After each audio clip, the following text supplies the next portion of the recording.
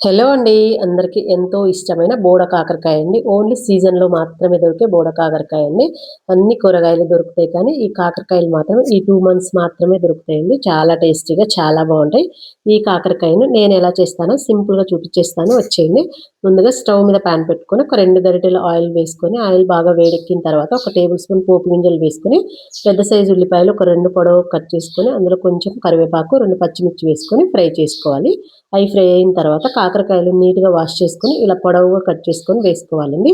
ఇవి వేసుకొని వీటిని ఒక 15-20 మినిట్స్ మంచిగా దగ్గరకొచ్చేంత వరకు చూడండి. నేను వీడియో చూపిస్తున్నలాగా దగ్గరకొచ్చేంత వరకు బాగా ఫ్రై చేసుకోవాలి. ఇలా ఫ్రై అయిన తర్వాత సరిపడా ఉప్పు వేసుకొని, ఒక హాఫ్ టేబుల్ స్పూన్ పసుపు, ఒక 2 టేబుల్ స్పూన్లు నేను కూర కారం వేస్తున్నానండి. మీ దగ్గర కూర కారం లేదనుకోండి, వెల్లుల్లి కారం వేసుకోండి. టేస్ట్ సూపర్‌గా ఉంటదండి.